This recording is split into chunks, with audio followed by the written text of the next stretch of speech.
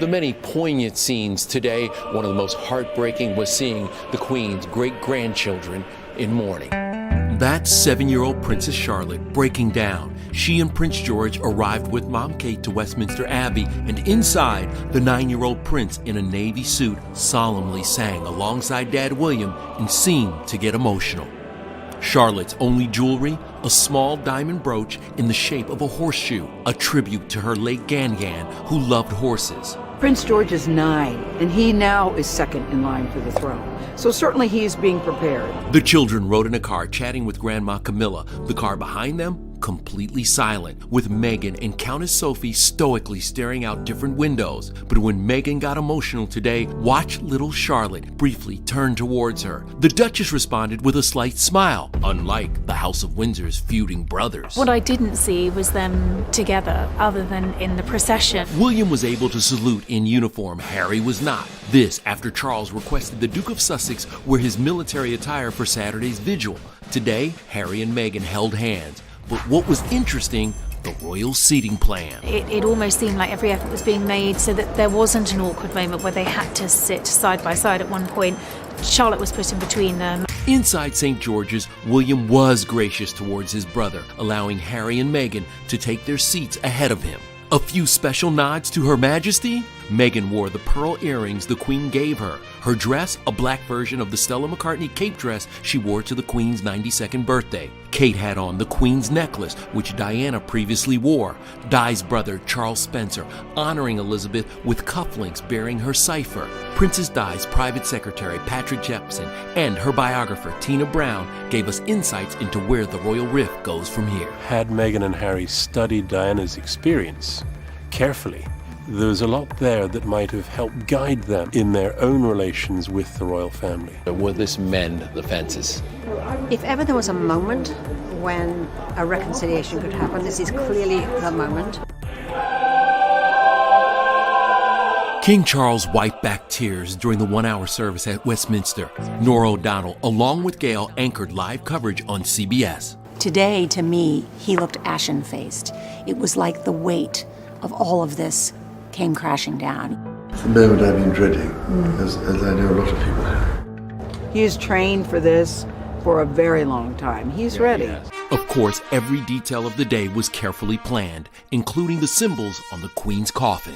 The scepter, the orb, and the imperial crown, I think they're probably the most important symbols of monarchy. And I think that moment where they were taken from the Queen's coffin, put up on the high altar, they will then go back to the Tower, and the next time we see them will of course be at the coronation for King Charles III. The wreath on top of the Queen's coffin included myrtle that was cut from a plant that was grown from a sprig in her wedding bouquet in 1947. Charles also wrote a note. It said, "In loving and devoted memory, Charles R." The R stands for Rex, or the Latin word for king. And this got a lot of attention on Twitter. For a moment, a spider could be seen crawling across the card. As for this moment, the bagpiper who closed the funeral is the same piper who woke the Queen up every morning by playing for 15 minutes outside her window. He played on Elizabeth's final morning at Balmoral. An estimated 4.1 billion people worldwide watched today's ceremony. Tens of thousands lined the streets for a glimpse of the procession. As for the guest list, You're talking about 500 heads of state. The Emperor of Japan, President Biden. But I think what we thought was most interesting is to see all these royalty loaded onto buses like the rest of us to get here, because that's how tight the security was. Getty Images royal photographer for nearly 20 years, Chris Jackson. One of my favourite pictures actually is of Prince George chatting to the Queen at Princess Charlotte's christening, and he's pointing up, looking at her hat. Who knows what they're saying, but it's just a lovely moment.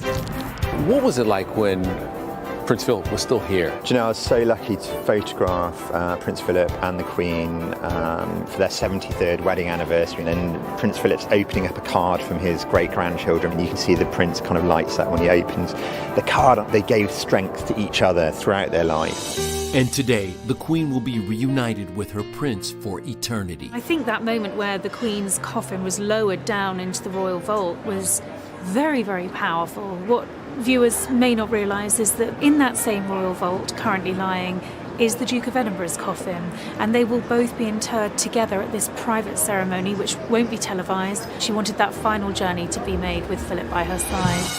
As the Queen's coffin made its final procession to Windsor Castle, this poignant image shows her pony Emma and the head groom saying a final goodbye. Also on hand, her beloved corgis, Sandy and Mick. Prince William assures fans they will be well taken care of. Today's celebration of life is also an opportunity to look back at the fun side of the Queen. Elizabeth had a wonderfully wicked sense of humor and let it show, even getting both William and Harry to crack a smile while in a military lineup. There is a knife.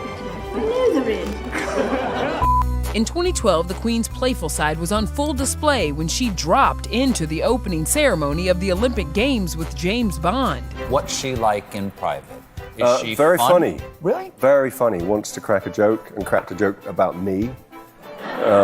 We're having our photographs taken and she just went, oh no, he's the one that doesn't smile. She doubled down on her acting skills, putting on a lighthearted, brilliant performance alongside Paddington Bear to celebrate her Platinum Jubilee. Perhaps you would like a marmalade sandwich. I always keep one for emergencies. So do I. I keep mine in here. She didn't carry a marmalade sandwich in her purse. Despite the tiaras and crowns, Darren said Elizabeth's go-to breakfast was a bowl of cereal, and she wasn't against eating out of good Tupperware. And despite dedicating her life to serving the crown, she never took herself too seriously. Oh, really? Please. Boom.